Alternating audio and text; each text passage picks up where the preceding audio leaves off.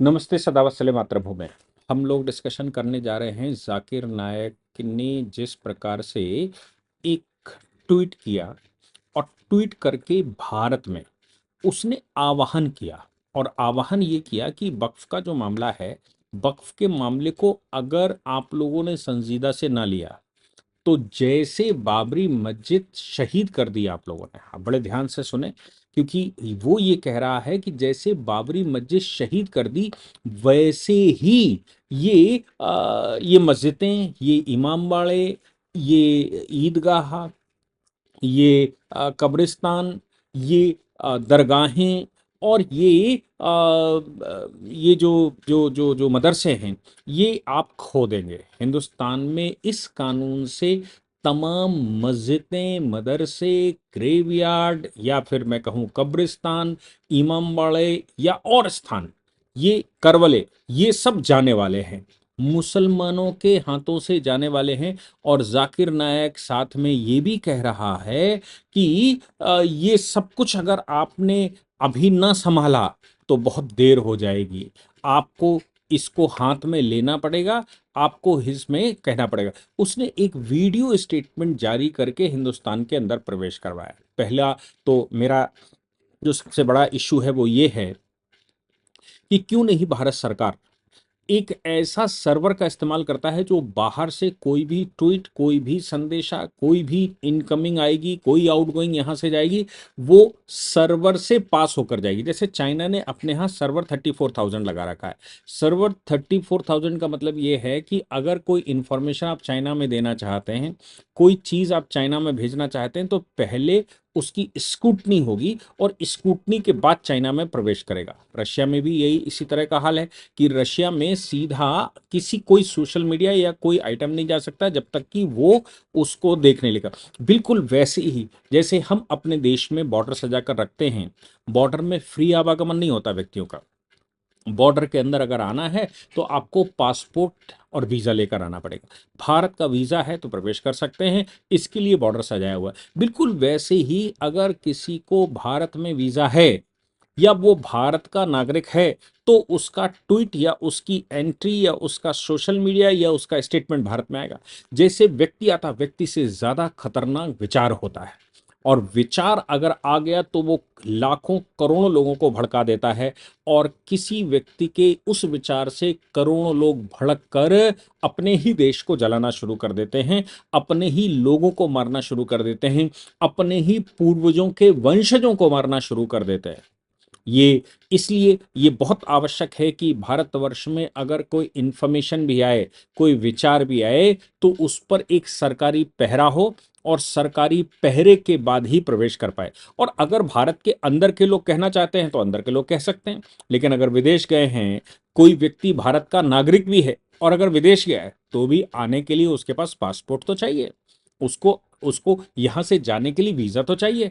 क्या वैसा कोई व्यक्ति जो भारत के बाहर है और वो भारत में कोई बात कहना चाहता है, क्या उसका राष्ट्रीय अकाउंट है? क्या उसको राष्ट्र में ये बात कहने की अनुमति है? और अगर कोई बात अनुमति है तो वो कहीं एंटी नेशनल तो नहीं, वो कहीं दंगे तो नहीं भड़का देगी, वो कहीं भारत में उत्पात तो नहीं बचा देगी?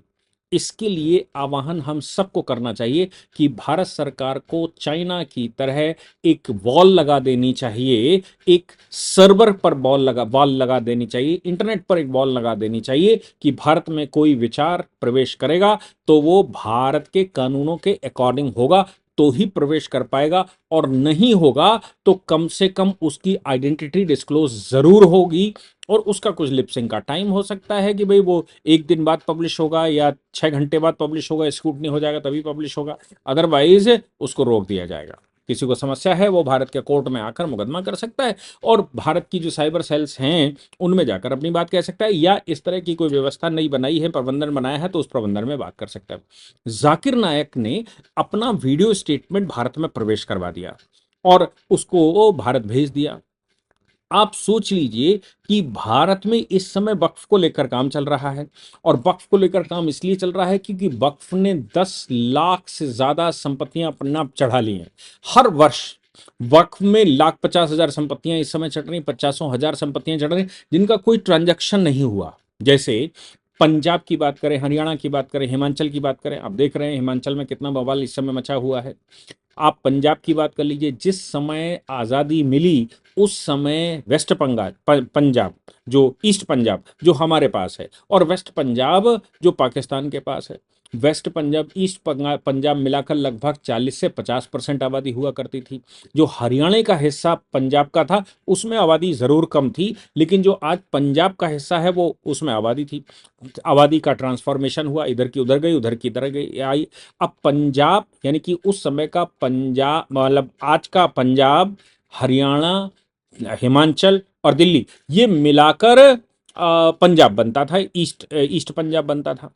ईस्ट पंजाब वाले मामले में 40% से ऊपर संपत्तियां थी जो यहां से लोग चले गए उनकी थी, वो वक्फे उन्होंने बना दी, यानी कि पंजाब का जमीन भी मिल गई और इधर वक्फे भी बना दी। और नहीं अगर वक्फे बनाई गई होंगी तो अभी उनके फर्जी डॉक्यूमेंट लगाकर वक्फ बोर्ड उन पर क्लेम करना शुरू कर देता है, वक्फ बोर्ड उनको चढ़ाना शुरू कर देता है और कहता है ये तो 46 की थी, ये 45 की थी, ये 44 की थी, ये 43 की थी, ये 33 की है, ये 35 की है, ये जहांगीर के समय की है। ये अभी अगर कहना शुरू कर देंगे तो कोई ये भी कह सकते हैं कि वो जो गुरुद्वारा अमृतसर का है वो तो अकबर ने दिया था, वो तो फला ने दिया था, और वो जमीन उन्होंने दी थी, ये तो वक्फ है क्योंकि वो अकबर दे गया था। ये बात कही भी जाती है कि ये सरोवर की जगह फला बादशाह ने दी थी, ये सरोवर की जगह फला बादशाह ने दी थी। यानी कि वो सारी जमीनें वक्फ अपनी क्लेम कर सकता है, धीरे धीरे करके वक्फ क्लेम कर रहा है। उसने अभी तक सरोवर या मैं कहूं कि अमृतसर में क्लेम इसलिए नहीं किया, अमृतसर की बहुत सारी प्रॉपर्टियों में क्लेम किए, लेकिन अमृतसर के गुरुद्वारे में क्लेम इसलिए नहीं किया होगा क्योंकि उससे बवाल मच जाएगा और सारा खेल खुल जाएगा।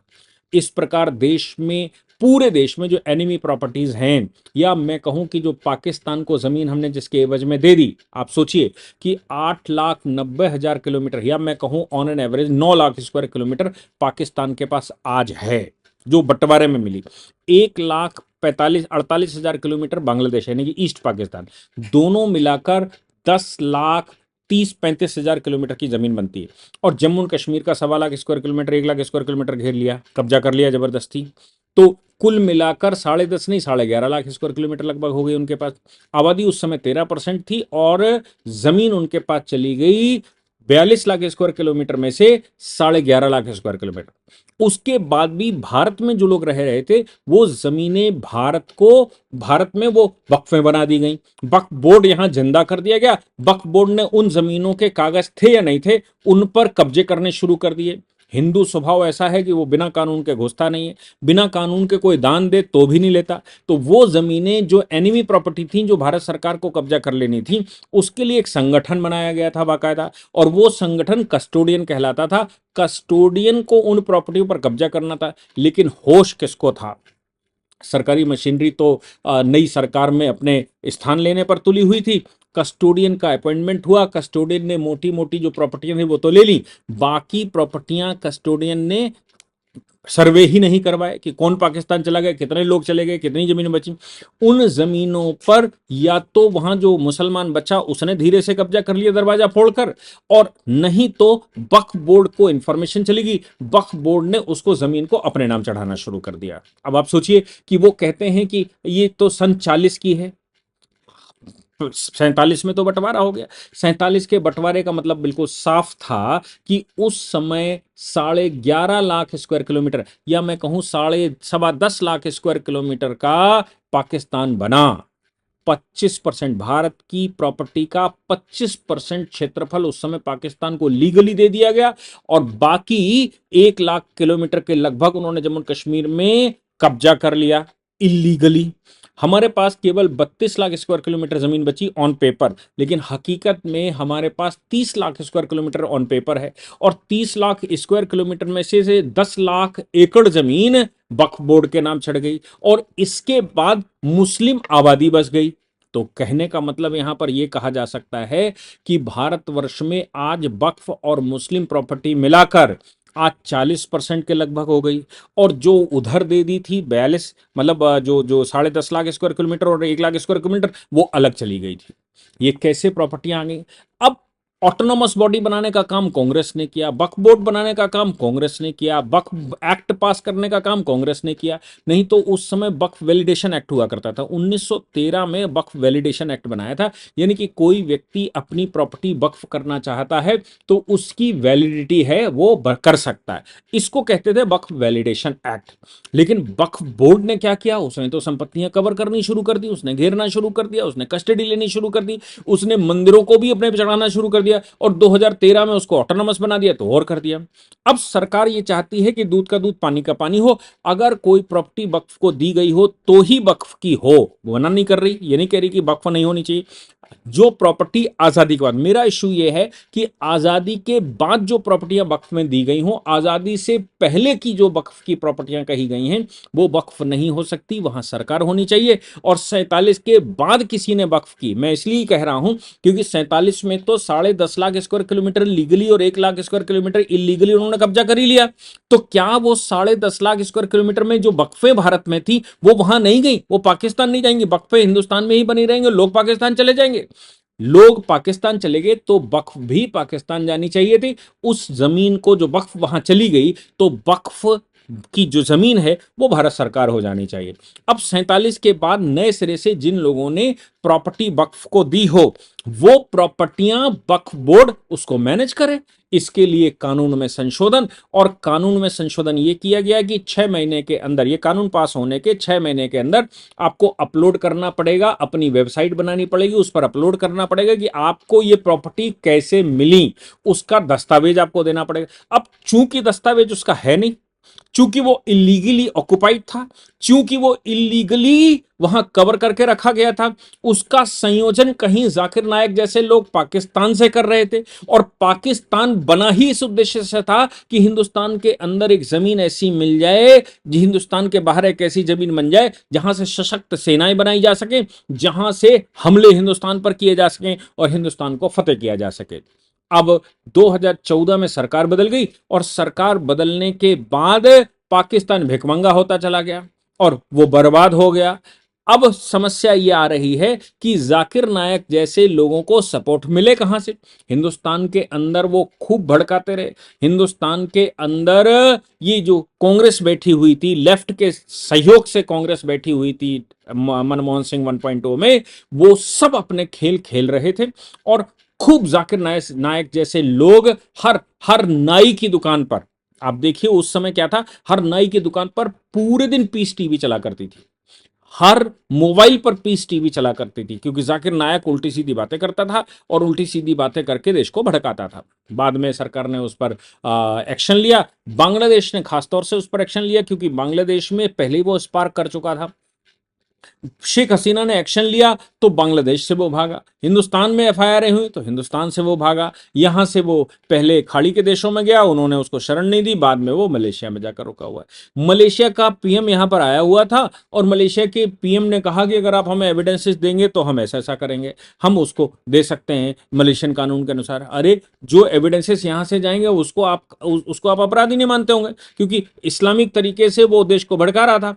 अभी उसने ये वीडियो जारी करके ये और कह दिया कि ये तो जैसे बाबरी चली गई वैसे ये सब जमीनें आपकी चली जाएंगी, हिंदुस्तान में मदरसे, मस्जिदें और कब्रिस्तान और ये वो सब चला जाएगा। इसलिए आप लोगों को संजीदा होकर बाहर निकलना चाहिए, भारत में आकर आप, भारत में आपको आना चाहिए, बाहर आना चाहिए, रोड पर आना चाहिए और अपनी बात मनवाने के लिए पूरे प्रयास करने चाहिए ताकि ये संशोधन ना हो सके। परिणाम ये जो जाकिर नायक ने कहा उसका परिणाम इसमें देखने को मिला कि हमारे यहां इस समय भारतवर्ष में गणेश महोत्सव चल रहा है। 11 दिन के लिए गणपति बप्पा को इनवाइट किया गया है, गणपति बप्पा के शिविर लगे हुए हैं, वहां नाच गाने चल रहे हैं, वहां वहां गरबा चल रहे हैं, रास्ते में ले जाते समय उत्साह है, विसर्जन लगातार हो रहे हैं। तो ऐसी परिस्थिति में बेंगलुरु में अगर कोई शिविर के ऊपर हमला कर जाए, शिविर के ऊपर पत्थर मार जाए, शिविर में आग लगा जाए, शिविर में बगल में पेशाब कर जाए, ऐसा कुछ, ऐसी सब घटनाएं धीरे धीरे करके आ रही हैं कि ऐसा गणपति के उत्सव में हो रहा है। वहां दंगा होना स्वाभाविक है। दंगा इसलिए होना क्योंकि लोग प्रोटेक्शन में आएंगे तो सामने वाला समुदाय तो ऑलरेडी जाकिर नायक भड़का चुका है और वो सामने वाला वो भी सामने आ रहे हैं। यही बहाल बरेली में हुआ। बरेली में जिस रूट से हमेशा से उनका रूट निकलता था बारा वफात का जुलूस, उस रूट के अलावा प्रशासन ने कैसे अनुमति दे दी रूट बदलने की? जिस रूट पर अनुमति प्रशासन ने दी, सरकार तो योगी बाबा की है उत्तर प्रदेश में, फिर भी अनुमति दे दी गई। और जिस रूट पर अनुमति दी गई उस पर तो कावड़ यात्रा निकालने की भी अनुमति नहीं है, ऐसा बताया गया। वो लोग जो क्लेम कर रहे हैं वो कह रहे हैं कि हमें दूसरी यात्राएं निकालने का इस रोड पर अनुमति नहीं है। तो इनको अनुमति कैसे मिल गई? इसलिए हिंदू समुदाय के लोगों ने प्रशासन के विरुद्ध धरने प्रदर्शन किए। धरने प्रदर्शन किए तो सामने वालों को कष्ट हुआ। प्रदर्शन धरने सरकार के खिलाफ, प्रशासन के खिलाफ, और दंगा कर रहे हैं मुस्लिम कम्युनिटी के लोग। नहीं साहब, हम तो यहीं से निकालेंगे, देश हमारा है। झांसी में भी कुछ ऐसा ही हो रहा है। झांसी में भी वो गणपति विसर्जन करने के बाद लौट कर आए तब हमले कर दिए। क्यों? क्योंकि जब आप जा रहे थे तब आप धूल उड़ा रहे थे, तब आप रंग खेल रहे थे, वो रंग उनके ऊपर पड़ गया। कोई एविडेंस नहीं, कोई बात नहीं, लेकिन बाद में उन लोगों के मोहल्लों में घुस गए और उनकी मारपीट करने लगे। देश भर में इस प्रकार की कई घटनाएं हो गई हैं। इन घटनाओं का मुख्य कारण मुझे लगता है, ये इन घटनाओं के पीछे मुख्य बात है जाकिर नायक का विदेश से भड़काना। और ये भड़काना कि हिंदुस्तान इतना डिस्टर्ब हो जाए कि ये वक्फ एक्ट पास हो ना हो सके, वक्फ संशोधन बिल पर सरकार फंस जाए, या फिर सरकार उस पर एक्शन ही ना ले पाए। मेरा मानना बिल्कुल साफ है, जाकिर नायक को वहां से प्रत्यर्पण करवाने की कार्रवाई भारत को तेज कर देनी चाहिए।